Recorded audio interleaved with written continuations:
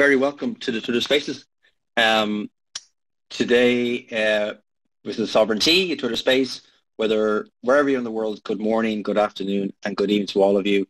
My name is Malva, and I am the adoption lead at Sovryn. And today, we're talking about women in Bitcoin. And I believe collectively, if Bitcoin represents the future, then we all should want women to participate more in Bitcoin to better their lives and the lives of their friends and families. So to discuss this, we're joined by some powerhouses in the Bitcoin space who are women. So first up is Natalie Brunell.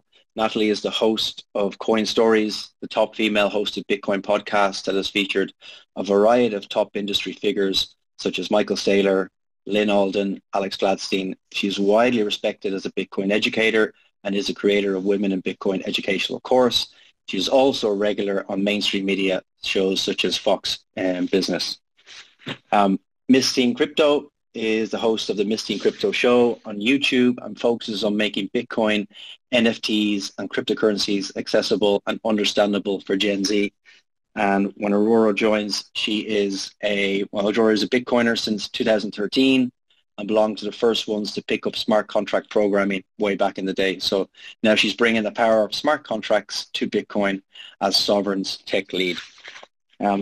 So I suppose what we're going to talk about today is their journey down the Bitcoin rabbit hole, why they got into Bitcoin education in the first place, educating in a male-dominated space, how that is, how difficult it can be, the Bitcoin narrative as it stands now is maybe digital gold and what's next, and then DeFi and Bitcoin, what their thoughts are and where it's going. And then lastly, questions from the audience. So stick around and participate. We're really looking forward to getting into this. So I just want to start off with some stats, and I think I got this from your website, Natalie, is that 94% of women have heard of cryptocurrencies, not 29% say they would purchase cryptocurrencies, but only 9% feel they understand them. And I suppose that's probably men and women in the normal world. But what one stat that really stands out that I see is that 90% or so of US household budgets are run or managed by women, which is huge. So I'd like to get down into the questions of maybe where you started in Bitcoin, how you got interested in it, and where you started in your Bitcoin journey. So Natalie, I'll start with you. Very welcome to the show and welcome to the Spaces. Thanks for joining us. Can you just start off and say hi and how you got into Bitcoin and your journey to where you are now? Hi, sorry, it said I was muted. Hi, everybody. Thank you so much for putting this together. My name is Natalie Brunell. I'm super passionate about just getting everybody educated about Bitcoin. Basically, I learned about it while I was serving as a reporter and a journalist for many years. I basically was a television news broadcaster for over a decade, and what's interesting is I think two things in my life really predisposed me to appreciating Bitcoin and the problems that it fixes. And that is, number one, my family is first generation immigrants from Poland. They left a communist country looking for the American dream and hoping to work hard and provide a better life for their family. And then I spent, 10 years as a reporter on the front lines seeing all of these massive problems just ballooning in our country, everything from poverty and homelessness to public corruption. And I just really didn't understand why these problems kept getting bigger and bigger when essentially there was just more and more money thrown at it and politicians saying, well, I'm going to fix the problem. It was the last guy or this guy that caused it. And everything just kept getting worse. And so I learned about Bitcoin in 2017, and I suddenly went down this rabbit hole of understanding how our economy actually works, how our monetary system works, how they create money.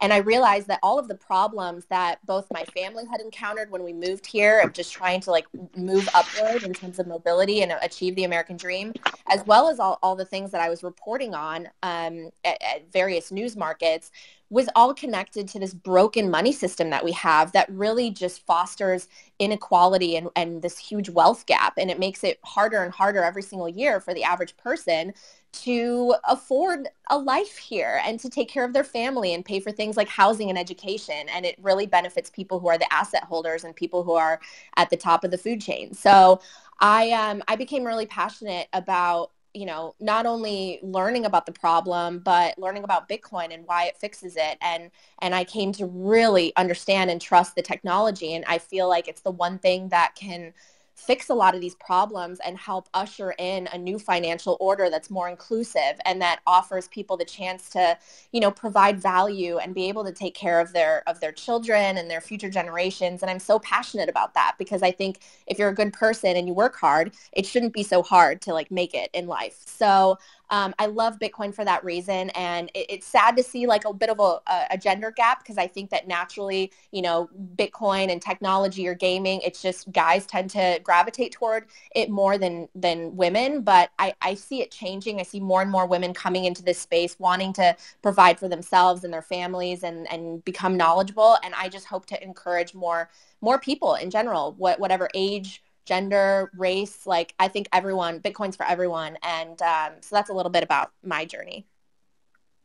Great. Yeah, thank you for that. And I think it's especially last year has really brought focus on that. And the question really is not really what is Bitcoin, is what is money. And once you understand what money is, it really makes you curious, inquisitive about how it works and what the problems are. So thanks for that, Natalie. Wendy, welcome. Welcome to the Sovereign Spaces. Thanks for joining us. Maybe the same question for you is, where did your journey start? Was there an epiphany moment? Was there a book you read or someone you met? How did it all start for you? Good morning. Well, I think it's morning time where you guys are. It's morning where I am in beautiful Los Angeles, California. But I am WendyO. I do a lot of really, really cool stuff in the space. A lot of boots on the ground things also. So I actually heard about Bitcoin end of 2011-ish, maybe. I don't know. A family member said, "Can I borrow your credit card to buy Bitcoin?" I said, "I know what you're doing, and no, I don't know what the heck is going on the dark web. I'm not going to be a part of it." I don't even think I had a credit card at the time because I was just kind of getting my life back together from a lot of things that I had lived through. But I kind of dismissed it for a long time because I didn't know enough about it. I wasn't brought up in a tech-heavy household. I was brought up in a household with a single mom. And all she cared about was just making sure me and my sisters woke up every day and got us to school because there's a lot of interesting things that happened along the way. So I then started listening to libertarian radio and different things like that. And I kept hearing Bitcoin and crypto being talked about. I was like, you know what, this sounds interesting, but I don't know enough about it. And I'd actually walked into there's a long story behind that, but I actually walked into a TD Ameritrade when I was getting ready to quit my job to finish school because I thought I had to go to college, get a college degree to thrive in life. So I remember walking in this TD Ameritrade and I was like, I want to start investing in the stock market because I figured I could be a stay-at-home mom that way. As I am a mom. I'm always a mother first. And I remember them telling me you need $25,000 to invest in the stock market. And I just was thinking to myself, I'm poor. We're barely making ends meet. I'm about to quit my job to, finish school so I can work closer to home. And I was like, this isn't right. This isn't right. This can't be right. So that was very discouraging for me. And then I kept hearing about Bitcoin on libertarian radio. I was like, you know what? I'm going to just kind of pull the trigger and, see where this leads me. I remember when I was buying Bitcoin, my daughter was screaming in my arms.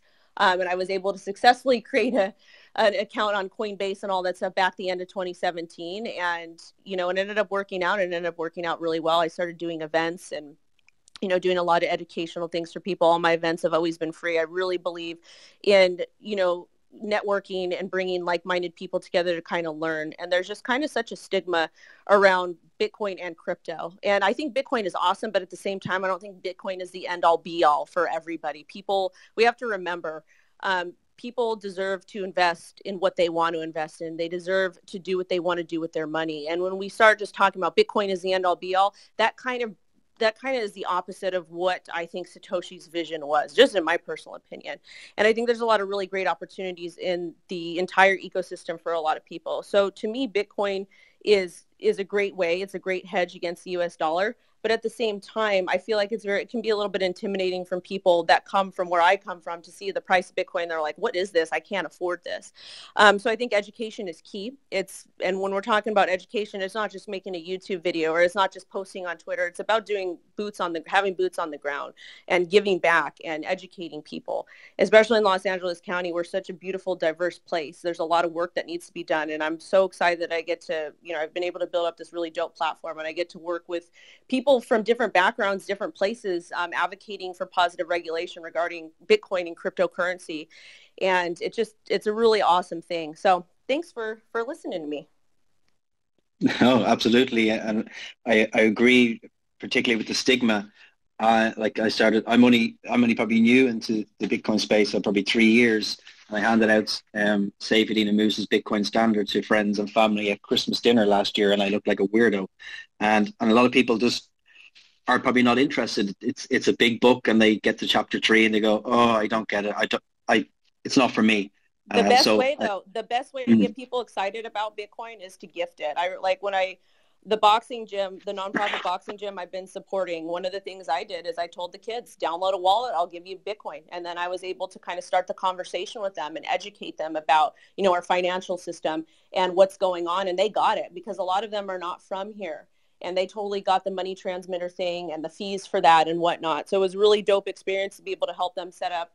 It was on a centralized exchange, of course, because I'm also a firm believer that if you're brand new to crypto, it's probably safer to do. And y'all can disagree with me if you want. I don't care.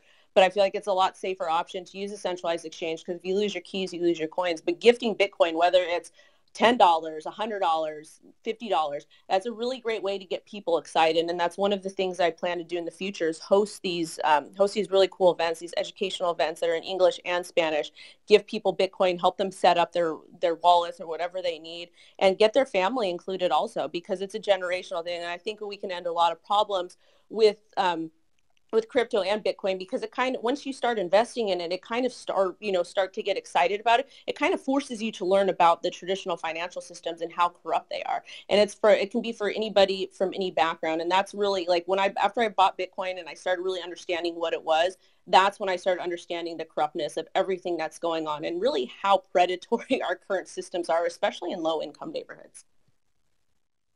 Yeah, I suppose when you look at old videos of Andreas Antonopoulos gifting Bitcoin to anyone who showed up at his talks, it's something that Robert Breedlove always says, where your money goes, your mind will follow. So it's kind of what I see is if you're watching a football match, but you don't care about the teams, if you put a €10 or €20 on the one team to win, now you're suddenly interested in it. And I think it's the same way for a lot of things in life. So thanks, Wendy. And Miss Team, you're up next, Miss Team Crypto. Very welcome to the show. Probably the same question for you is like how you got started, your channel, how you got into Bitcoin. Was there something that happened in your life or because you're the baby of the group, 18 years old. So it's great to have people like you educating the young people of the world about sound money and sound money principles. So welcome to the show and please share your story. Thank you, Sovryn, for hosting this space. I'm very happy to be here. So my story is actually funny because my dad is the person who got me into crypto. I'm 18 now. He's been telling me about Bitcoin and cryptocurrency since I was 13. And I kind of just ignored him because I thought it was, adult things, finance, just something I couldn't really participate in, something I thought I couldn't really do anything with essentially. And that was just because I was like an ignorant 13-year-old. But then when I was around 16, my dad sat me down and was like, okay, let me at least show you what it is. Let's try a transaction. And then I saw how easy it was to use crypto. Scan a QR code, copy and paste an address. That's it. As to where my eyes opened up, where I could go into a store and they could potentially scan my phone and I pay and I just leave right there and then. An instantaneous transfer of money, peer to peer. And I was just shocked because, you don't have to do that whole fiat transaction where you give them your fiat, you get your change back. It's actually funny because I actually know teenagers that throw their pennies in the garbage just because they can't do anything with it. They can't spend it anywhere.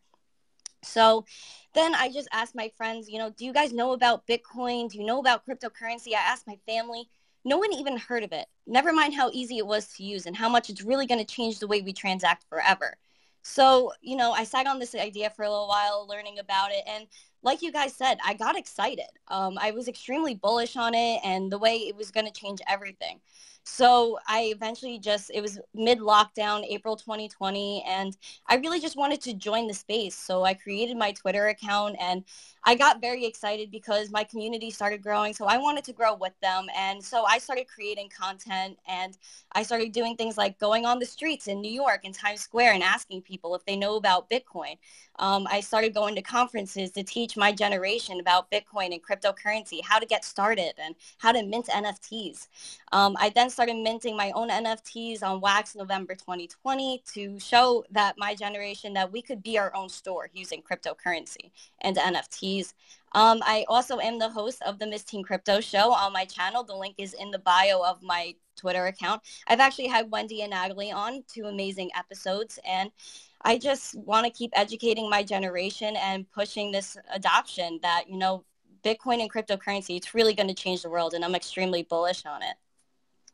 And do you think your people are getting, you mentioned there that when you first started telling your friends about Bitcoin and crypto in general, they dismissed it or weren't really interested. Has that changed a lot over the years, or especially the last year?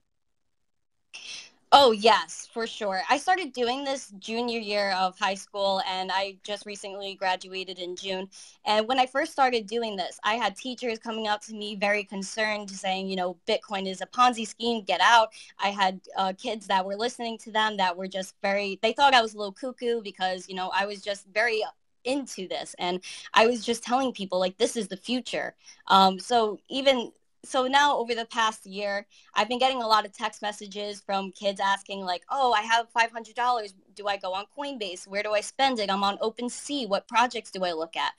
So there's a lot of people that are curious now. There's a lot of Gen Z that are actually taking the initiative to make an investment. So the curiosity went from just thinking I'm a little crazy to now wanting to get into the market and start really experimenting with this new technology. Great. Thanks for sharing your story. And Ororo, last but not least, could you share your story with the group and how you got into working for Sovryn and one of the first developers to use smart contracts? How was your story? Where did it start for you? My story started when I was a student and I needed to finance my studies. So at the beginning of my studies, I was working as a waitress at a restaurant, and that was kind of all right because I was making a nice amount of tips, but it was also a lot of work and a lot of hours kind of wasted for me. And then I had this friend who had Bitcoin and he just needed to exchange it to cash frequently. So I helped him with that. So I bought his Bitcoin for a discount and then I sold it more expensive on Mt. Gox and basically started an arbitraging career that way. And that's how I got involved in the first place. And then because I was studying computer science and I was studying cryptography, and I just got interested in general also around the technology behind it, and I started investing more time in that direction. So naturally, when smart contracts emerged, I was also attracted to them, and now I'm just very happy that I can use them finally on Bitcoin. Great. Thanks, Aurora. Thanks for that.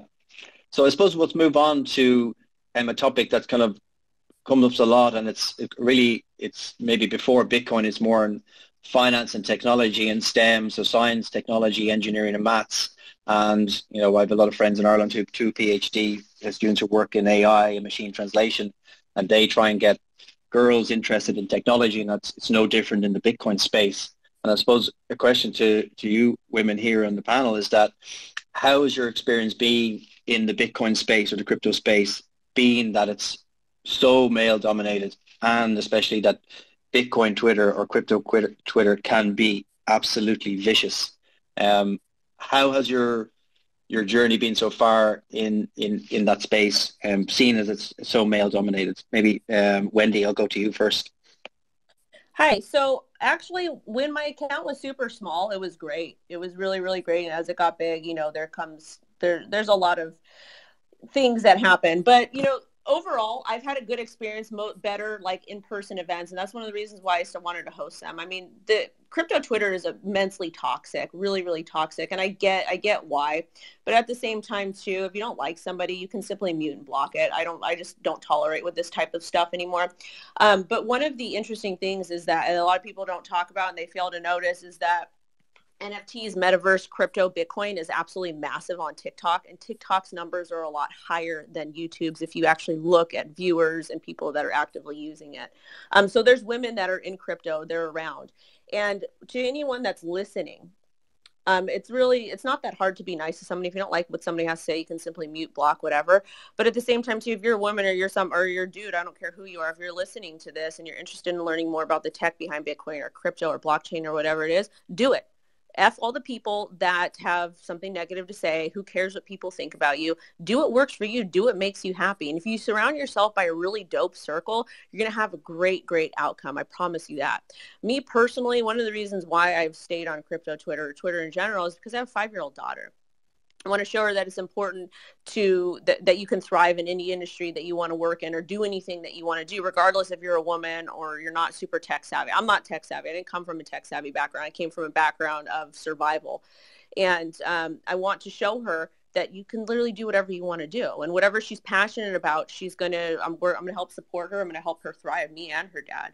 So as far as, crypto, Bitcoin, whatever, it's a very male-dominated industry because it's STEM. And men's minds work differently than women's. And that's actually a really beautiful thing. It's a cool thing. But at the same time, too, that doesn't mean you can't participate. It just means you have to figure out what you're good at, figure out what works, and do what makes you happy. And one of the things that I did that really helped me do better in crypto when it came to trading or investing or learning about the tech behind the stuff, I would spend 10 minutes out of my day. And this is when I was when I was still at my old job. I was still nursing, so I had to pump, and I would take my breaks and stuff, and I'd be pumping and I'd be watching different videos on what blockchain technology was. Or I'd read Investopedia. You can take 10 minutes out of your day, no matter how busy you are, maybe 10 minutes before bed, and educate yourself about Bitcoin or whatever part of the industry it is. And it doesn't have to be, I know that this is like a very women in Bitcoin thing, but at the same time, Bitcoin is more than just Bitcoin. The industry is so massive. It's like a $2 trillion industry. Take 10 minutes out of your day and educate yourself, or focus on something that makes you happy, and do what makes you happy. It doesn't matter what anybody else or what society wants you to do. Just as long as you're a good person, you have good intentions, do good. Yeah, I guess it could be a good training ground for people to, become a bit bulletproof and say, it doesn't matter what anyone else thinks. It all matters what's internal and not external. So it can be vicious, but it all could be a good way to learn about being more confident and not caring what other people think. As a additional question, WendyO, what is the kind of breakup of your audience on your YouTube channel from male to female? Right now, it is primarily male. I don't have the stats in front of me. But right. I want to say about 70% is male, 30% is female. But the really, really cool thing is, like, when I host events, the dopest thing is that, like, I want to say like 40% of the people that come to my events are women. And they're there on their own accord, which is so amazing, because back in 2018, when I started hosting this stuff, I would get 50 people that would show up to my events, and 2 women would be there. And it would be because they were supporting their partner in, going to the crypto meetup. But now these women are there on their own accord, which is absolutely amazing. They're excited. I get emails, I get DMs, messages from women. They're like, hey, I want to learn more about Bitcoin, or I want this. I want to learn about this. Like, where do I go? And I'm seeing a lot more interaction with women. And also too, on Twitter, you'll see women here, but you're going to see a lot more women that are making content, that are excited about crypto and Bitcoin, on TikTok and on other medias, on other social media platforms, not necessarily Twitter. So don't let Twitter fool you right now. Sorry, may I ask a question here? Yeah, go ahead. Of course. So you said that now you have like up to 30% women on your events, and I just wondered if you think that there are more women coming to you because you're a woman yourself and you're educating than would show up for a event hosted by a man? 100%. And I do. So I know this can be a kind of like a combative topic because people on crypto Twitter are like, no, we shouldn't have like difference of sexes. And I get it to an extent, but then I don't because, well, I come from born and bred LA. We're very diverse here and we're very like aware of different groups, different cultures, different subgroups, things like that. So I do think it is important for people to have a place where they can kind of go in and ask questions. Because let's face it, if you join an all-male chat and you're like, for example, if you join an all-male trader chat and you're like, what is an RSI? They're going to absolutely slam you. They're going to make you feel stupid and they're going to be really mean and nasty. I've seen it happen before. So I think that is true that because I am a woman hosting these things, people feel a little bit more comfortable asking me questions, and I'm here for it. I think that whatever makes people feel comfortable and happy, just as long as it's not impacting or hurting somebody else, I'm here for it. I'm with it. So I do think that does help a lot because if you look at studies done when in regards to a male's voice over a woman's voice, especially when you're looking at child development in kids, children respond differently to a man's voice than they do with a woman's voice because a man's voice is more authoritative. So maybe that could be why, I'm not sure, but I'm just happy to be of service. Yeah, and yeah, I think you're right. It's the maybe also the fear to look stupid, kind of, if you do not have the same background. I remember when I started studying computer science at university, and I didn't have a technological background at all, and there were all of these guys who were spending like their lives on the computer, and they knew, it seemed, everything. And there was I didn't know how to use a command line. So yeah, I think this is something which is keeping women from getting engaged. Moving to you, Miss Teen Crypto, would you think the same with seeing as you're like Gen Z? Is it similar in that age group? What's your breakup of your audience on for example, your YouTube channel? Is it similar to Wendy's? Similar in some aspects, but a lot of my audience has been the 18 to 24 year range. So I'm gonna say I was looking at my YouTube channel like yesterday. So I'm gonna say 20 to 25% of my audience is 18 to 24 years old. So I am reaching the Gen Z audience, and a lot of kids I know just reach out to me because they know that, you know, I relate to them, and I'm gonna like phrase it in a way that like they understand. But I do have a big female audience, but more of a male audience as well. But I think that people, again, like Wendy was saying, like people are gonna go and flock to who they're comfortable with, whether that's a guy or a girl, whoever, like, you know, is gonna explain it in the way they need to get it explained, and help them understand the best they can. Yeah, great. I suppose, Natalie, moving to you, and I suppose you created that course with Pomp, and you got a bit of a backlash from the Twitter community. And I think maybe I'll just ask you, do you think that was because you were a woman or because you were trying to make money from Bitcoin? And maybe just give some people feedback. Natalie has a course educating women only in Bitcoin. I suppose, Natalie, I'll let you speak for the course itself, what the course is, what you're trying to do with it, and maybe tell the community here what happened when you announced it, I think a good few months ago. Yeah, sure. So just to clarify, that was a workshop that we did in October, and there is no course that's actively going on. But it was a great workshop, which had women from around the world sign up and get like a 3-week boot camp about Bitcoin, but also get to network with one another because many of them want to get involved in the space and just really didn't know how to, and didn't have a lot of women that they were able to connect with based on their schedules and locations.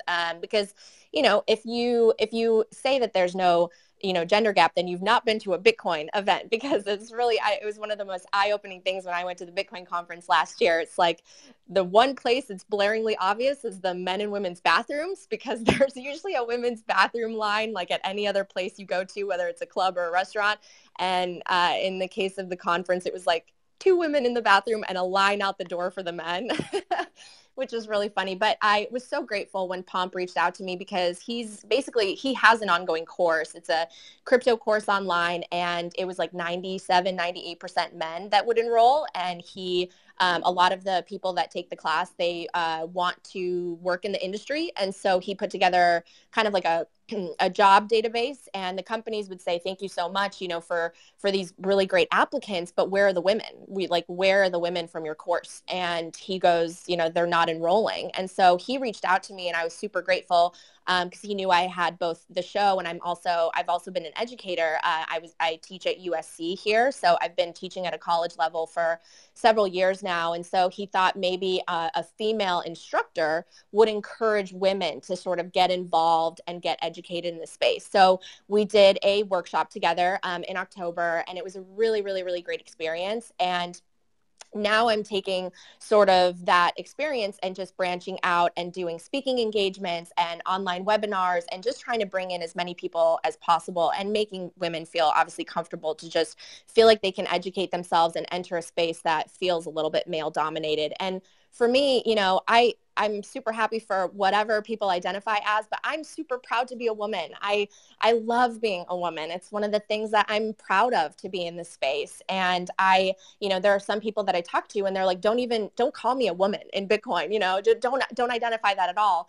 And I feel differently. I'm happy to be called a woman in Bitcoin that is hopefully, shepherding other people in and helping educate them, not just about, this particular type of technology, but just the problems at large in general and why they might feel disenfranchised and why they might feel like it's been difficult to, move upwards in terms of wealth or upward mobility in this country. And so I want everyone to feel included, and I'm really passionate about doing that in any way I can. And, for me, as far as like the idea of a course or classes or webinars, I had a very, wide-ranging, time-consuming experience going down the rabbit hole. And some things were an excellent use of time, and some things were a waste of time, And you go through this like just endless list of YouTube videos, podcasts, books, and some people are so busy in their lives trying to provide for their families, to give them something that's a little bit more curated and say, hey, these are the resources you should go to, or these are the things you should look at,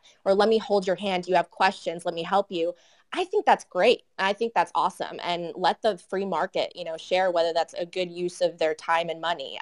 So I support Pomp for doing his course, and I'm happy for him and the continued education that he provides. But yeah, I really just want to bring more people into the space and make them feel like, regardless of who they are and what their background is, they can learn about Bitcoin in a very easy, inclusive way. And so I hope that answered your question. Yeah, it was a similar reaction when Pomp launched a course, and then you did that workshop. And I think it was, and this is a man speaking obviously, so it may be wrong here, that there's some sort of stigma in Bitcoin that if you want to be an entrepreneur and make money doing something in Bitcoin, that's against the rules, or you shouldn't do it because Bitcoin should be free for everyone. But the market will decide. If you create a good course, people find it valuable, people are willing to pay money, the market decides, and that's if it's good or not. So maybe it's less about being a woman and more about trying to make money off Bitcoin, which seems crazy to me. But yeah, thanks for the answer there. I suppose you look at a broader aspect of women in Bitcoin, we have probably huge stars and influencers in the Bitcoin space. I'll just list some of them here, like Stacey Herbert, the better half of Max Kaiser. We have Christine Lummis, the senator for Wyoming. Arika Rhodes, I think some of you guys already interviewed her on your own podcast. She's running for Congress as a candidate. Melton Demore is Chief Strategy Officer for CoinShares. Elizabeth Stark, the CEO of Lightning Labs. Kathy Wood, CEO and Chief Investment Officer at ARK. Lynn Alden, like the amount of content she's producing is just phenomenal. Kathleen Long, CEO of Avanti Bank. Hong Fang, CEO. State there that there's huge names in the space, and they're leading the way, leading these companies in the Bitcoin space, that it's great to see. And I suppose the question to the panel here is, what more can we do to bring more women in Bitcoin up to the types of positions that these women are running in these major companies, bringing sound money to the world? Is there anything in particular we can help, you guys can help, or people listening to this spaces can help in encouraging women to get in there and say, look, you could be the CEO of these massive companies, particularly in the crypto space or the digital asset space, where we all think the world is moving? Anyone can jump in there. I want I want to actually take this because I do have to sign off at 10:45.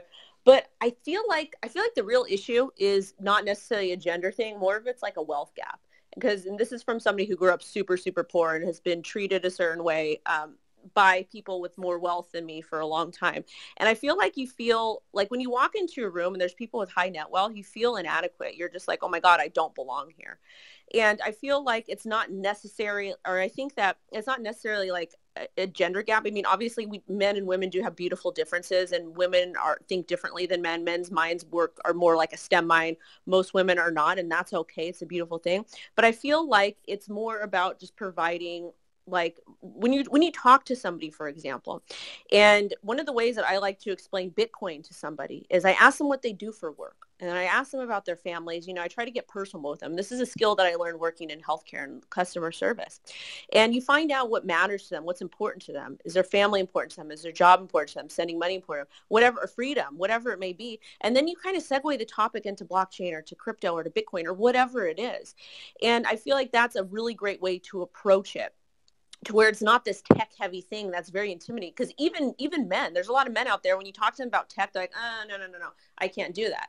So I feel like it's not necessarily like, coming up with this safe space or whatnot, but it's just being a person that wants to be of service and talking to people, hosting events, making content, making things that are easy to digest. We have there's people with large followings, content creators, influencers, people like myself. We have an obligation. This is our job, to help educate and to kind of bring people together. If I'm not out there educating, or if I'm not out here doing service with somebody, or providing easy access to something, then I don't deserve a following like I have. To me, it just makes no sense. Like, I have this dope platform, might as well use it for good. And that's what I've tried to do over time. And I think it's important that everybody else take personal responsibility and accountability for that. And it's not about catering to someone. It's not about like bending the knee and being like, oh, blah, blah, blah, giving them special treatment. It's about just reaching out and showcasing kindness and being like, hey, I want to help, and, provide a really dope space that you can, educate, answer questions. And that's not really judgmental. That's just my personal opinion. Yeah, I totally agree. Thank you, Stacey. Miss Teen Crypto, what are your opinions there? How would you go about getting more teenagers, female teenagers, into the space? Is there anything that we could help with, particularly people like me, my nieces, my nephews, people in our lives? What could be done that's a bit better than we're doing now, or is we just keep on going as we're doing? We're getting there fine, slowly but surely. Honestly, in retrospect of everything, Bitcoin and cryptocurrency, NFTs, it's all inevitable. People will eventually get in because they're going to have to, because of how mass adopted it's going to get, because people are going to be using this technology a lot more. But in general, in terms of Gen Z, we need to lower the barrier to entry to get into crypto. For example, being in New York, crypto ATMs are illegal. So if you're under 18 and can't sign up for a Coinbase account, you basically don't have a lot of access to cryptocurrency. On the other hand, you do have to be 18 to sign up for Cash App, to sign up for Coinbase or Gemini. We need a way for people to get more access to crypto and easier access to crypto. I know that it's pretty difficult for the average teenager to get in. I know teenagers, kids younger, like 10 years old, that are playing Fortnite and using their mom's credit card to buy V-Bucks. But why can't they use that credit card and buy cryptocurrency? We need to open that door. We need to allow easy access. And like Wendy was saying before, if people are going on a centralized exchange, you don't lose your keys, you don't lose your coins. Another good way of starting off in crypto is using wallets that have social sign-in. For example, the Wax blockchain, you could easily create a wallet using your Gmail account, Twitter. We need more easy access things like this, and we need a way for people to be able to buy crypto easier without all these steps with KYC and things like that. Just lower the barrier to entry, make it a little more simple, and then people will learn about the space, learn how it works, and want to decentralize themselves and be their own bank and eventually take custody of their crypto.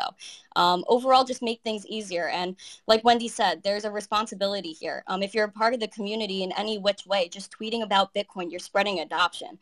So we all just have to keep spreading that word, creating content, and just offering help to people that want to learn.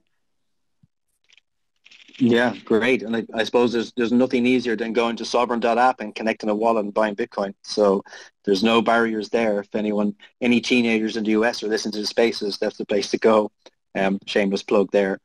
Ororo, maybe move to you. I suppose maybe on the development stage, how do we get women in the tech side to start building companies or building side chains or products on top of Bitcoin? Is there anything more that as a community we can do to get women interested in building on Bitcoin?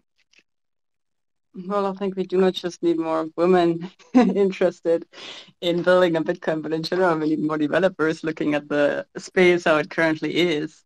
And there, it would probably help to go to universities. I once gave a guest talk at the university where I was invited to talk about crypto. And I think that that really helped because although crypto was already in existence for a few years then, most of the students hadn't heard anything about it. They weren't even aware it's existing.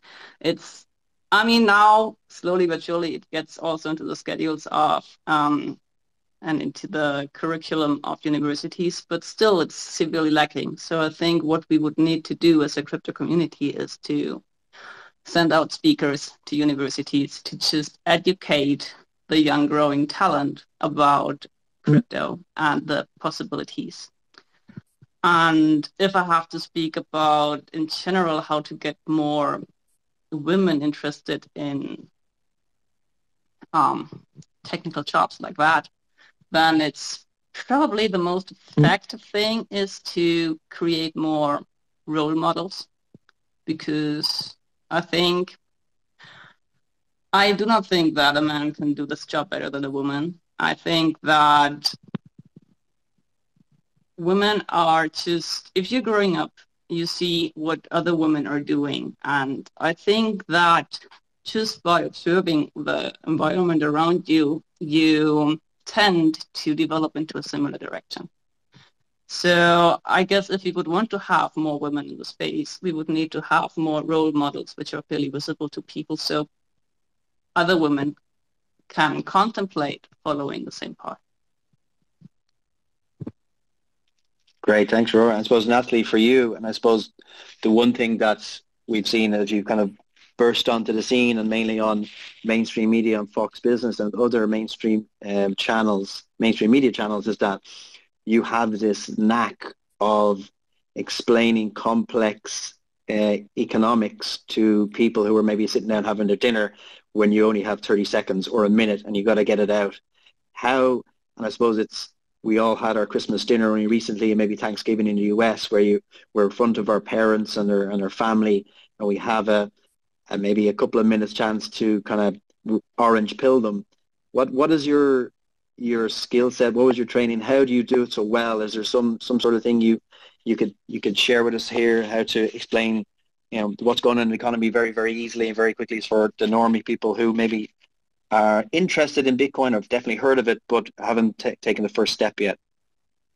Yeah, well, thank you so much. That's really kind of you. I sort of see it now as my calling to use the skills that I've acquired the last 10 years as a reporter and as a communicator to just channel it into helping people understand Bitcoin. So I appreciate when you say things like that because I worked really hard. I mean, it's not easy. I know a lot of people, their biggest fear is public speaking. And I started out just like everyone else, totally terrified of going on TV and stumbling over my words. And over the course of all those years and practice, whether it's a sport or an instrument or any other skill, the more you do it, the more comfortable you feel. And so for me, I've always pictured my parents in the audience when I was talking on a news channel and thinking, when someone is busy and they're turning on the TV, and today we're more distracted than ever, what's going to catch their attention? And for me, it was always about aiming for someone's heart and what's really affecting them. And I really feel the collective pain of so many people in this country. I've seen what my family went through. They lost everything in the financial crisis, and they worked so hard as first generation immigrants to try to just make it and make a good life for my brother and I. And I saw so much inspiration in that. And I feel like there's so many people over the years that I've interviewed that that's all they want. You know, they just want to be able to provide for their family and to be able to put their money in a place where it goes up in value as opposed to just losing it and having to risk it and become like a hedge fund manager on the side. And so I try to like, I guess I have that just deeply rooted feeling of just wanting to connect with that aspect of humanity. And so I try to reach out to that when I speak about it, is just like touch on the core universal needs that we all have. And I think my training, just, you know, being able to sum everything up in a minute or two, that's what I've been doing for 10 years, has made it a little bit easier. But I think anyone that focuses on just like that one connection, I was having a conversation yesterday with this great Bitcoiner, Mark Moss, who's on my podcast. And he was saying that, you know, if you're a really good marketer, you don't just come out with a sales pitch and like list, you know, 50 different things about something you're trying to sell. You figure out like, what's the one thing that that person that you're trying to sell something to really cares about? Like, what's that one thing that is going to connect with them? What's the one aspect of what you're trying to teach them about that resonates? And so I think about that with Bitcoin. And to be honest with you, it's really easy, because in general, all of us probably feel, right, like the system is rigged. It's messed up. It's not fair. And it's gone on for too long, and it's too corrupt, and there needs to be a change. So like those universal themes are what I touch on and what I hope to try to bring people in. And I totally agree with Ororo, what she said about role models. Like, I think it's important we all look for someone that looks like us that we can look up to, whether that's based on gender or race or age. I think we all are constantly searching for role models and mentors. And I've certainly had amazing ones in this space. I hope to be one. And I see so much hope in what Bitcoin provides. And I just want to share that message with everybody. Yeah, great. Thanks for that. I suppose before this space, I was Googling, you know, the most influential women in Bitcoin, and there are very few lists, but I got a few very influential women in crypto. And number, I think, 22 in the list was Christine Lagarde, the head of the ECB in Europe. I was like, what the fuck? And I suppose for me, she's probably the number one influence for Bitcoin. So anything she does in the ECB is like a marketing campaign for Bitcoin. So Natalie, if you're trying to be the number one female Bitcoin educator, I think you'll never surpass Christine Lagarde, no matter what you do. But keep on going. We really need you in the space. Thank you. So I'll just, I suppose, maybe a personal story from my side. I've orange pilled 5 of my friends and my mother in the last year. 2 of them work in technology, actually 3 of them work in technology, and my mom just purchased 5K over Christmas. And I suppose, and I think I've orange pilled 1 guy of my friends. A lot of them are working in banks, and one's a doctor. So they're, you know, educated people.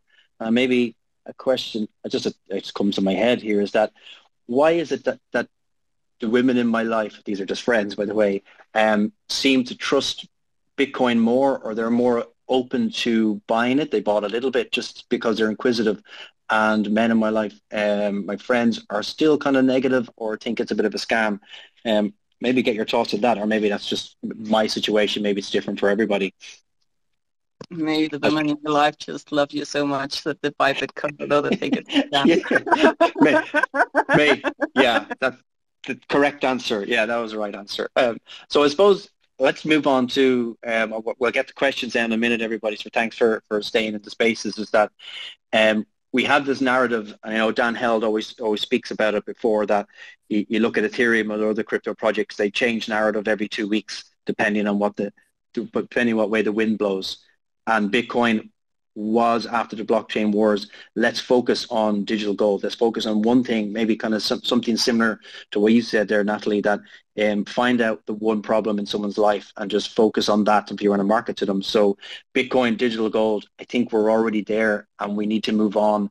Bitcoin, if it's not a productive asset, it just sits in a hardware wallet somewhere. And how are your guys' feelings towards moving Bitcoin onto platforms like Sovryn, onto other side chains like Liquid or Stacks, or new things are being built on Bitcoin, moving on from the digital gold and actually bringing Bitcoin into the real world? Maybe I'll start with you, Esteem Crypto. What are your thoughts on the narrative for Bitcoin now and where it's going to go? Honestly, there's so many ways that Bitcoin can go in terms of its narrative. I mean, early on, Bitcoin was more like a digital cash. People were transacting it more, using it in games as an in-game token. And now, and then it turned into the digital gold, people hodling it, trying to accumulate as much as they can. And now with Sovryn and other platforms that are bringing smart contracts to Bitcoin, that can definitely draw in more people and have them question, like, what is going on with Bitcoin? What exactly can I do with it now? And definitely bring in more adoption, because the more people hear about things changing in the space, the more curious they get, the more they want to get involved. So I think that, Bitcoin will always have that narrative of digital gold, digital cash, and now it will have another narrative to add on to why it's valuable, and that's, smart contracts. So yeah, that I think it's pretty cool, and I think it definitely will drive some adoption.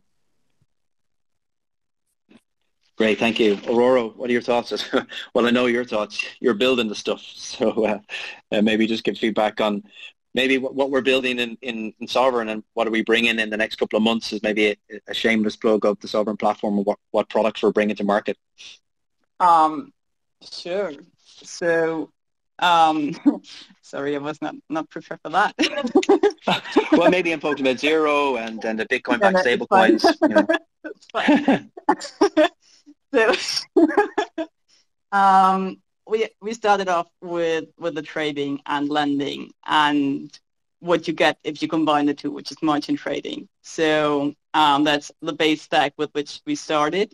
So we have the primitives, and we started building like all of this infrastructure around with the bridges to other networks and fast BTC to bridge your Bitcoin in faster.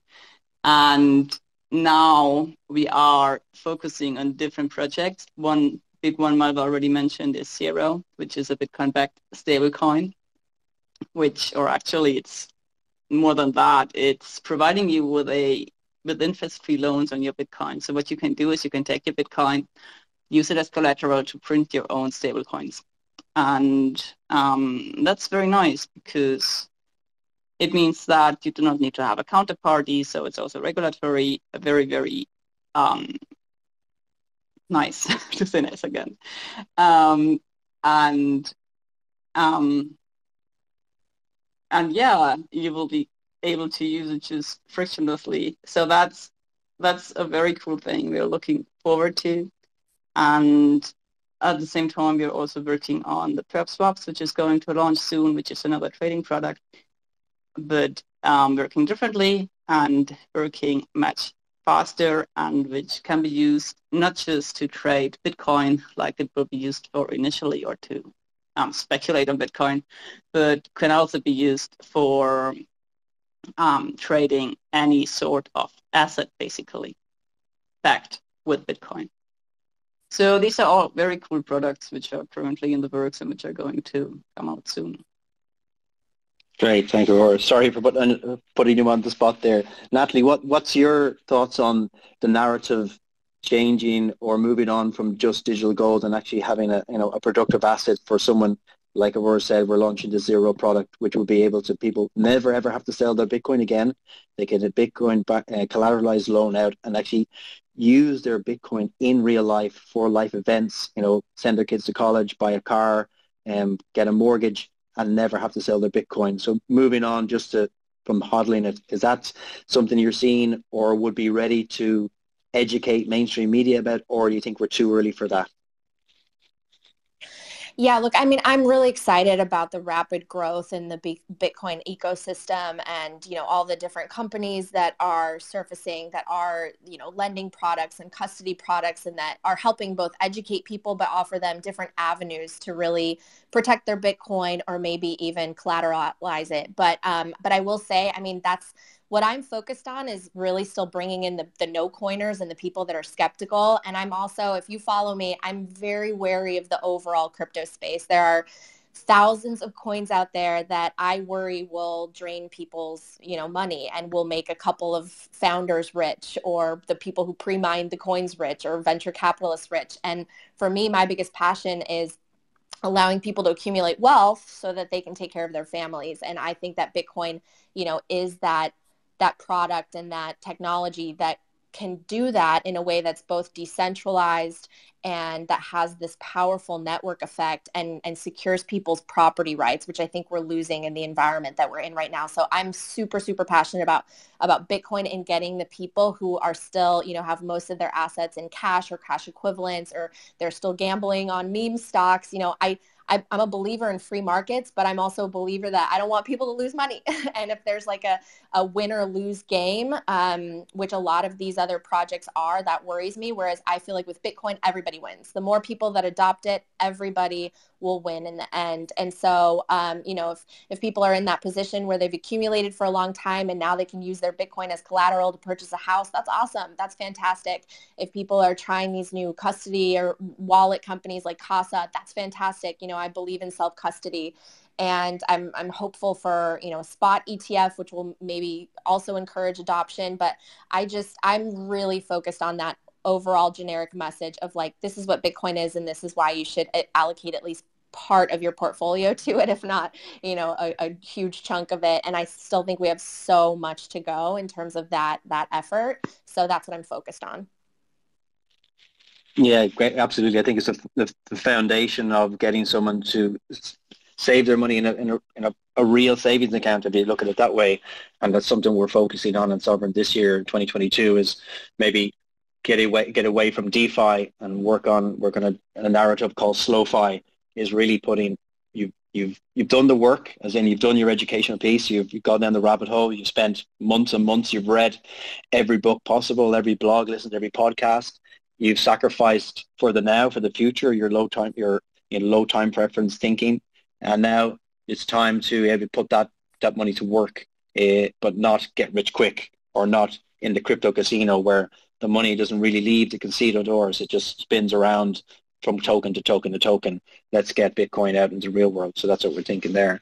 Thank you very much. I'd love to open it up to questions now from the audience. So if you want to speak, just request to speak, and I'll give you the floor. Unicum, I think you requested to speak a long time ago. So if you want to jump in with a question, it's all yours. Yeah, go ahead.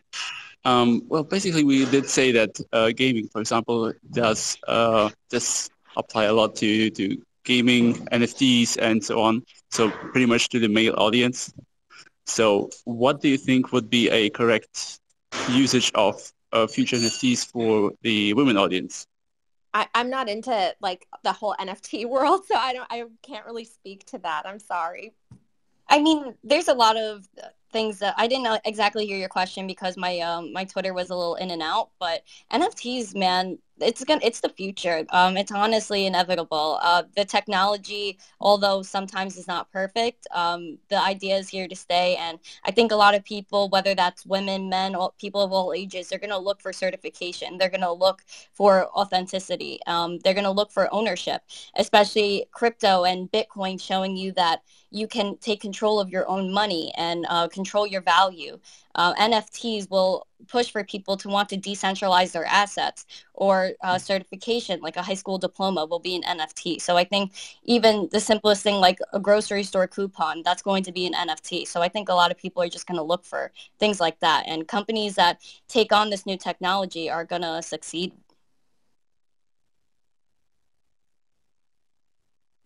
Yeah, I would agree. Sorry, Nat.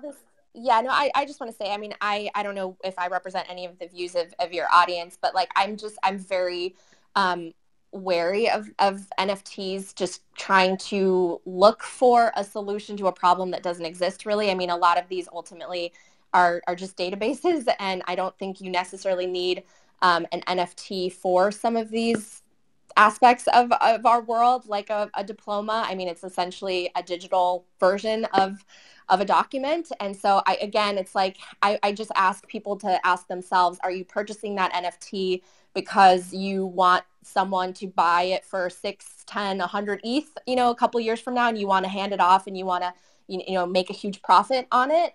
Or do you really believe that you want that JPEG of whatever it is because you value it so much and you're never going to I truly wonder people's intentions with some of these technologies, and some of them are great, and I think that the market will decide for itself. But ultimately, if you're just ready to time the market or get profit, where are you going to put that profit? Are you going to put it in Bitcoin, or are you going to put it in another NFT? I mean, I worry about projects that are sort of looking for a problem that doesn't exist. Yeah, I think we're probably at the kind of dot-com boom or the ICO phase for NFTs, and we just see it as these, apes being sold for ridiculous amounts of money. But I think the future of NFTs, as Miss Teen Crypto said there, is a world of really, really interesting concepts. And I think ultimately everything will be brought onto the Bitcoin blockchain anyway.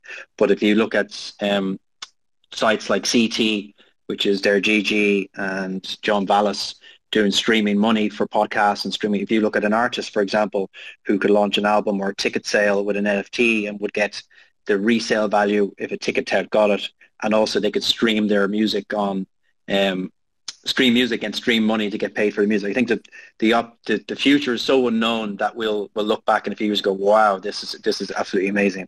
But thanks for the question, Unicum. Next up, Bitcoin Bo, you're up, and please unmute and ask a question. Well, I was stopping in to say hi. I'm actually a 12-year-old investor myself. Welcome to the show. Do you have a question for the panel today? Not really, but I am open to answer some questions if you'd like. Yeah, sure. So 12 years old. So Miss Teen Crypto, you are no longer the youngest person on this panel. So unlucky in that one. So a question for you, 12 years old. How did you get into Bitcoin? Or where did it all start for you? So basically it all started around November 19th or December 19th of 2020. I was talking with my cousin, and we ended up talking about crypto and Bitcoin. Great. And then how did you buy Bitcoin? Did you have a job? Did you do work around the house? Did you have some chores? How did you get into it first? Was it reading and learning about it and then later on, or was it maybe put some pocket money in first and then go from there? Is that how? Explain how you got into how it went from there. So basically, I started learning about it and saying basically what it's all about. And then I started putting my money into it and then telling other people around my age about it and trying to get them into it. Well done. You're the people. You're doing the same work as the people on the panel here are doing, just telling friends about it. And I suppose once people hear about it enough times, they may get interested. So you're part of the revolution. So thank you for joining this Twitter Spaces. You're very welcome. We'd love to get in touch. If you follow Sovryn, maybe we can jump on a call another day and chat some more. So thank you very much for chatting here today with us. Brian, you're up next. Unmute and ask your question. Thanks. From 12 years old to 40 and old. Hey, guys, how's it going? So, I beat you on that one, Brian. Yeah. What's funny about the crypto world is as a 40-year-old Latin man from New York. What's up, Miss Teen Crypto? I see you out there. I feel like I'm behind the eight ball here. I talk to so many people that are half my age, and it blows me away about how the smartest people that I meet are somehow in the crypto space, and I love it. And I just wanted to, it was more of a comment, just say, Natalie, Miss Teen Crypto, who else is out there? Oh, I forgot. Ororo is already gone, but keep doing what you guys are doing. It's great to have people that are well spoken and able to communicate with the masses the way that you guys do across all spectrums of life, all walks of life. And I hope every time I see one of you guys on social media, whatever platform it may be, it inspires people. It's inspired me to become more vocal about it. And we all have a niche. I was part of a mastermind a little while ago that says in the beginning, we all have 10,000 people that think and act and walk just like us. So I'm looking to inspire at least somebody, or at least 10,000 people in the next 5 years of my life. And I think that crypto and Bitcoin allows the opportunity for people who have not exactly had the foundation to do good decisions in their 20s, people like me, to make up a lot of lost time. And I think that crypto and Bitcoin is it. But kudos to you guys. Sovryn, thanks for keeping this up. And big shout out to England for releasing all their mask mandates. Thanks, Brian. And I suppose it's sometimes like for me, I sound like the crazy in the room when I'm telling all my friends, and I've tried to hone my pitch, and it's the likes of the platforms with Mr. Crypto and Natalie especially, how I can, talk to the people in a language they understand and not come across like this crazy Bitcoiner guy. So for platforms and educational YouTube channels like the women have here, it definitely helps, and I can point people in the right direction to learn more. So thanks for that, Brian. Maxi Sula, I'm going to approve you as a speaker. You can speak now. Ask your question. Yeah, there you go. How you doing? Hi, so my name is Maxi. And I got into crypto through the idea of, I work with horses, so I have actually nothing to do with it. But the idea of blockchain technology was to be independent with databases. So that's how I got into crypto 2 years ago. But to adopt it, I'm from Belgium. People are very conservative. It's really, really difficult to get the message out. I don't know, maybe we could join forces and then translate and explain what's going on in Europe. And so the idea was to actually have the identity on blockchain of animals, which should help. Yeah, definitely. And so are you, what part of Belgium are you from? What language? Wallonian. So I'm French speaking. Well, I'm originally German, but I'm French speaking now also. Okay. And do you think there's much, French educators in the Bitcoin space, men or women, or you think you need more? There are more men than women, and it is very, very local. So it's really complicated, and then there's a large part of people. I mean, the mass adoption is really not there. It's mainly the opposite. When we're talking about it, I had more negative returns where people think it's cheating, etc. And it's only those messages that come out in the main media as well, when it's like, oh my God, somebody got hacked, and then all of a sudden the whole crypto community is seen as negative. But I personally have been I've been very careful with the whole personally I invested in Ethereum and a little bit Solana and all those, because even for developers, I mean, to find developers, there are developers that only want to be paid in Ethereum or Bitcoin. So I think at one point we will get there that we can share or sell a house. I mean, I'm open to it, right? I'm open to renting my room or selling part of my land or what in Bitcoin, because it's about trust in the end. Yeah, I agree. Thank you very much. Next up, Nicola T. I think it's awesome that you got interested in blockchain because of it. Okay, we'll get her back then. Nicola T, you're up. What would you like to ask the panel, or what would you like to discuss? There you go. Can you guys hear me? We can, yeah. The floor is yours. Cool, thanks. Well, hello guys, and thanks for the panel for sharing your thoughts. I haven't been here from the start, so maybe you already talked about this. So going back to the narrative of Bitcoin, in regards to being a store of value, I heard you, Ms. Teen, talked a little bit about being at a digital cash as well. So do you guys see that narrative changing on the layer one side of it, being other than store value? And my other question would maybe be, what kind of development do you guys see around in the layer one going forward? Do you see any attributes being developed on the Bitcoin layer for making it a better store value than it already is? Yeah, that was my question so far. Okay, thank you to Nicholas. Ms. Teen, Natalie, maybe it's a Bitcoin directed question. Maybe you want to jump in there? I can add my 2 cents as well. Yeah, I mean, this is sort of what I share when I go on my media appearances. I think that Bitcoin is the ultimate store of value and a savings technology that we really, really need right now in this inflationary environment that we're obviously feeling very strongly here in the U.S., but is, it's much, much more aggressive and could be much more harmful to people in other countries where their currencies are inflating at a rate of, 50%.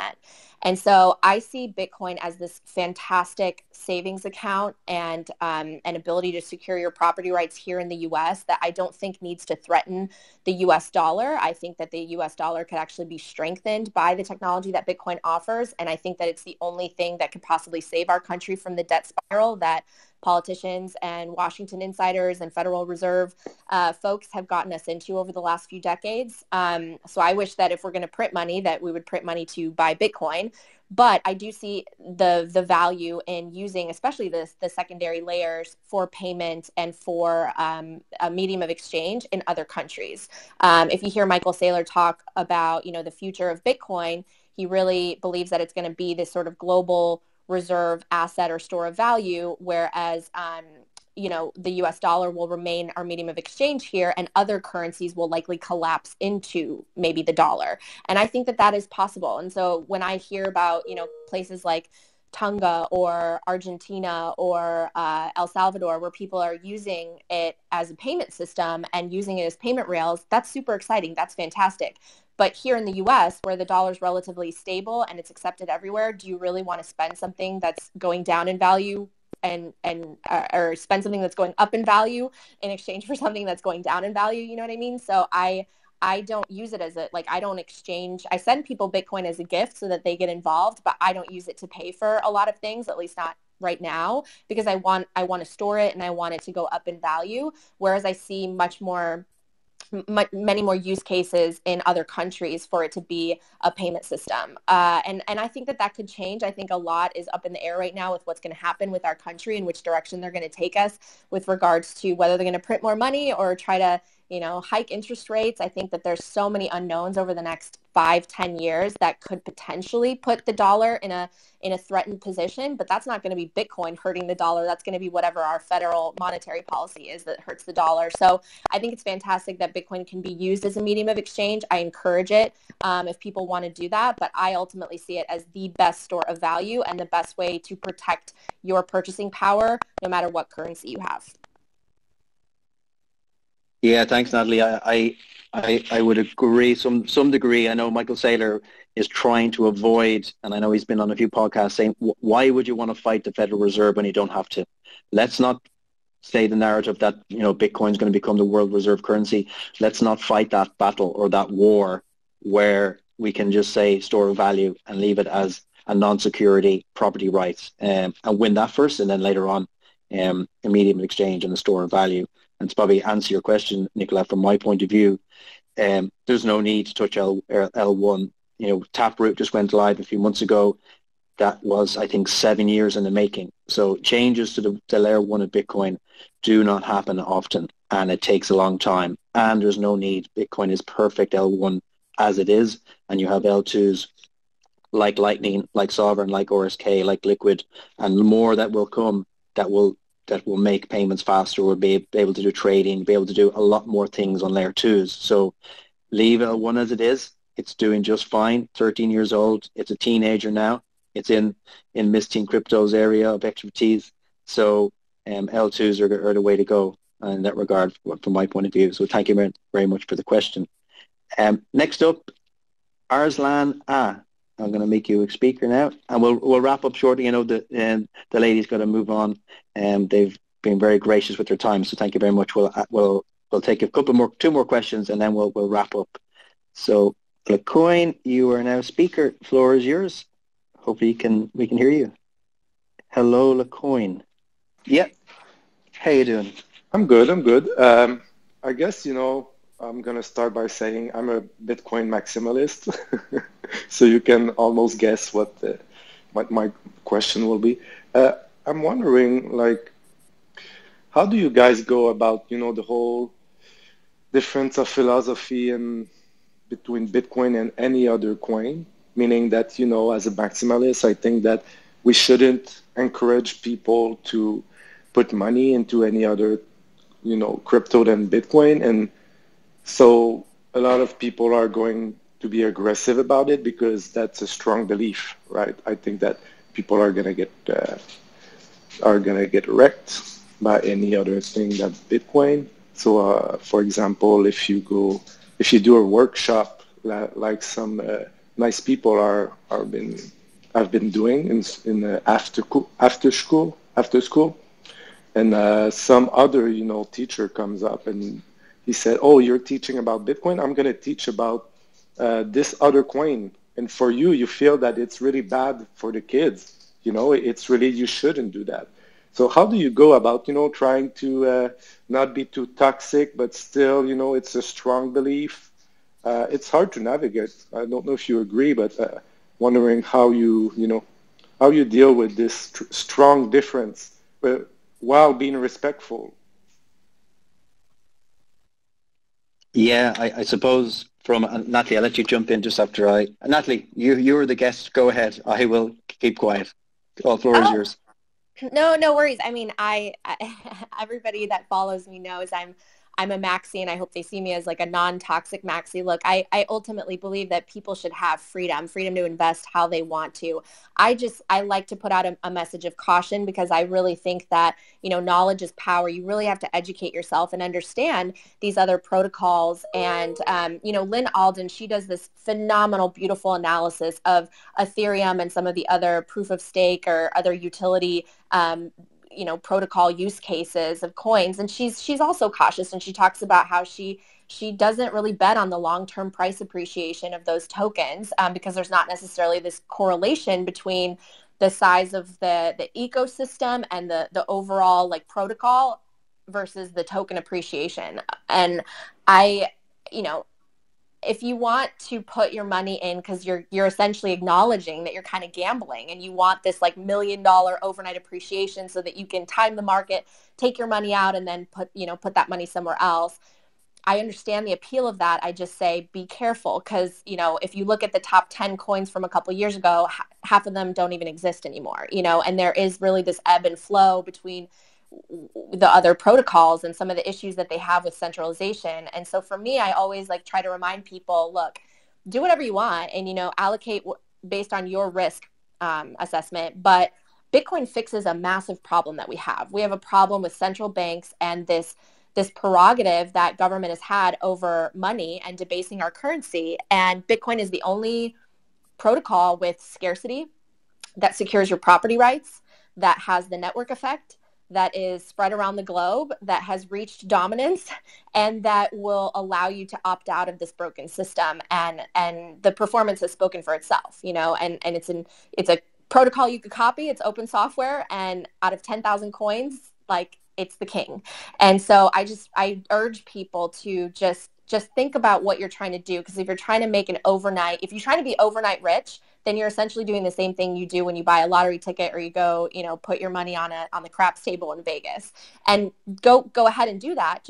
Just know that it's a risk. And people who are holding some of the other tokens, I would ask them, are you planning to hold that in 10 years? Because I plan to be holding my Bitcoin in 10 years. I plan to be holding it in 20 years. I hope that my kids will hold my future, Bitcoin. And I don't think that's the case with a lot of these other tokens. And I think only time will tell what kind of utility that they will serve.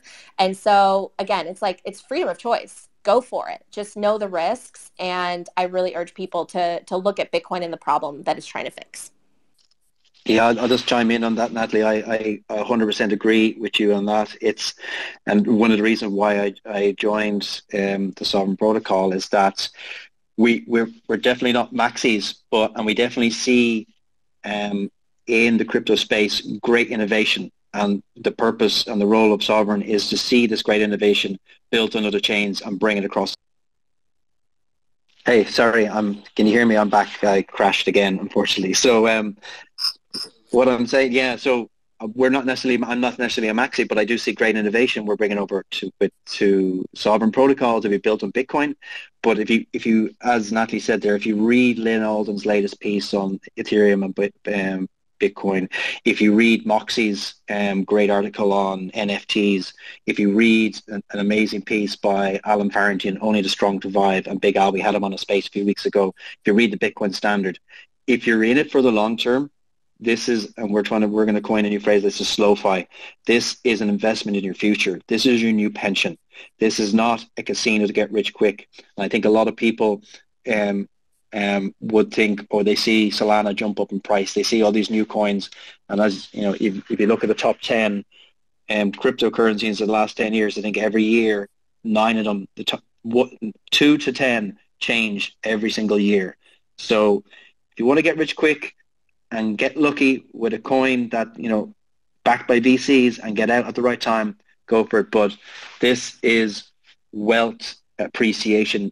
It's get rich slow is what I think it is. And I suppose maybe Miss Teen Crypto, the clue is in your name. You do promote cryptocurrencies. I suppose how do you deal with talking about other coins and getting your followers to say when they ask you, okay, why should I buy Bitcoin and why shouldn't I buy this other coin that's gone up a lot more than Bitcoin this year? Because people are excited and they get interested in number go up technology. And if another coin's going up faster, like Doge or any other animal coin, they will get in there to, you know, get profits. So I'd love to hear your opinion on this. Well, yes, my name is Miss Teen Crypto, so I am not a maximalist. My job is to educate my generation and the masses on crypto. My job is to educate people on cryptocurrency in general, whether that's Bitcoin or altcoins or NFTs. So, you know, you have to give people exposure. You have to educate them and just tell them what's out there. You know, when people ask me about, you know, these meme coins, I always say, do your own research. Watch what the market has been doing and see if that's something you want to invest in, if you know the market. Like, you have to, before you invest in anything, you have to do some research. So, you know, I do encourage people to learn about other coins and to see how they differ from Bitcoin. And like Nat said, this is a free market. This is about freedom of choice. And you could choose to stick with Bitcoin only, or you could stick to learning about other cryptocurrencies and diving into that. And, you know, there's a lot of new technology in the past year with, you know, play to earn games and things that are really changing people's lives that are not on Bitcoin. So, you know, there's a lot to cover in the space, but my basic thing always is DYOR, do your own research and be confident in what you're investing in and what you're putting your money in. Yeah, well said. I agree. We'll just have time for one more question and then we'll let the ladies go. They've graced us with an hour and a half of their time, so I'm really, really appreciative for that. So if anyone has one last question, I think, Nicola, you have your hand up there. I'll give it to you. There's no one else requesting to speak, so unmute. And last question of the night goes to you, Nicola. Oh, thanks. So yeah, just to touch up on what Natalie just said, like, she plans to hold her Bitcoin for at least 10 years, and I think that's great. I mean, that's what that mindset I think everybody should have. Why I was asking before about what could we think about which attribute could we apply to Bitcoin, maybe on the layer 1. I know it's difficult, but just to talk around it for making that easier for people. Because when I came into Bitcoin in start 2017, I think, I did as many other people. I traded around, and if I could have had this kind of what do you call it, functionality where I was actually being able to lock up my Bitcoin, I could have saved me from myself, right? And I think that was my question about, like, can we implement these ideas without counterparty risk with protocols that would help us save us from ourselves and make it more like a certificate of deposit, I think it's called. Yeah, that was just my thoughts. Thanks, Nicola. And I suppose Natalie alluded to this earlier on. There is lots of innovation being built around custody services, multi-sig, cold hardware wallets, making it easier to use. I suppose that the criticism for Bitcoin and crypto in general is it's quite difficult to use for most people. Definitely my friends, I had to hold their hands, and actually I bought it on their behalf and set up their accounts for them. It is for the general person in the street, it's very daunting, and we need to move the UX forward so it's easier for someone to do with maybe a one click or a two click, be able to buy Bitcoin, store it locally or store it in a hardware wallet, and be sure and they understand how important it is to keep those keys safe. And so, yeah, I suppose maybe I'll let Miss Teen Crypto and Natalie finish up the answer on this one, and then we'll call it a night. Yeah, I mean, I think that that's a fantastic point. I'm always a big person that encourages self-custody and becoming your own bank and really understanding how to protect your own keys. And I do think that that's like the number one way to hold Bitcoin. But I also recognize the fact that there are going to be a lot of people out there who, that overwhelms or intimidates them, especially maybe folks who are not as technologically savvy, and maybe they carry a lot of their wealth in pension funds or the traditional markets and cash equivalents. And so I get it. And I do believe that there need to be avenues where innovation happens in this space and businesses kind of surface and allow people the option to have, another way to custody that maybe does trust a third party within the Bitcoin space. I get it, and I think that the more that we onboard people and offer them these types of avenues, the better. Traditional pension funds, they can't hold Bitcoin directly. They need something like an ETF. And so I'm really bullish on, more adoption and more of these sort of services and products being available in the future. But at the same time, the more that we educate people that it's not that intimidating to become your own bank and to get a cold storage wallet and walk them through that process. And there's plenty of, obviously resources and education information online that's available for people. I think ultimately it's just, again, it's about choice, understanding the risk. Obviously you can just as easily lose your money with a traditional bank account if you don't protect it online. So it's not that different. And as younger generations come in that are just like tech savvy from the moment they're toddlers, I don't think this is going to be as big of an issue. But yeah, I'm excited to see what happens in the space. The more that people get in, I think that, the more that the community will grow and be stronger, and the network will be stronger. So however they want to kind of custody their Bitcoin, I'm supportive of. I'm personally a big supporter of becoming your own bank. Great stuff. Thank you very much, Natalie. I suppose we'll wrap it up there. Maybe to sign off, Miss Teen Crypto, could you let the people in the spaces know where they can find you, where they can learn more about you, sign up for your YouTube channel, etc.? Awesome. Thank you, firstly, Sovryn, for hosting this space. This was really a great time, the past hour and a half. If anybody wants to find me, of course, follow me here on Twitter. In the bio of my in the bottom of bio of my Twitter, you can see the link to my YouTube channel where I have the Miss Teen Crypto Show. I have actually done an episode with both Natalie and CryptoWendyO. So definitely go check those episodes out just to learn more about them and the amazing work they're doing in this space. Subscribe to me there. Follow me on Instagram, YouTube, Twitter, TikTok, all at Miss Teen Crypto. And of course, I have a Telegram group called the Miss Teen Zesty Chat. There we talk about Bitcoin, NFTs. We give away Bitcoin all day, every day, and NFTs all day, every day. So if you're new to crypto and have some questions, definitely jump in the chat. This is like a very friendly community.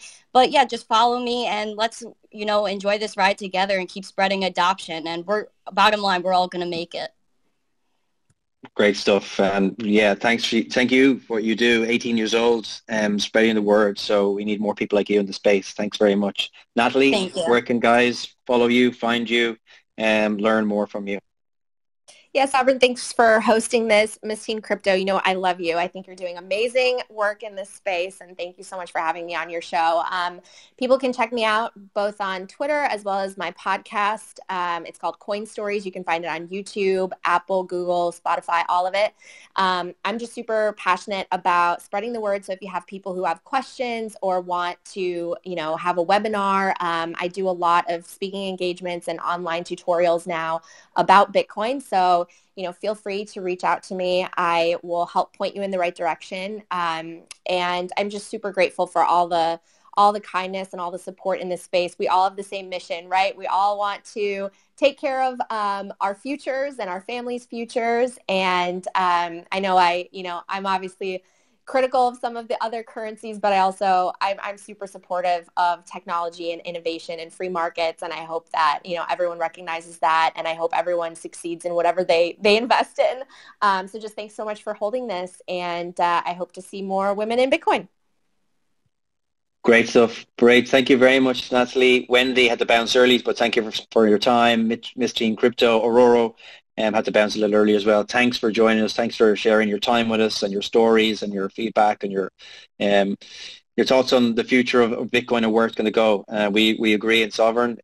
Check out Sovryn.app. You can just connect your wallet and enter the Bitcoin world. New products coming this year. Very excited. And everyone stay sovereign. So thanks for joining us. We'll have another one of these, I think, next week. And stay safe, everyone. Thank you. Bye-bye. Thank you, Sovryn.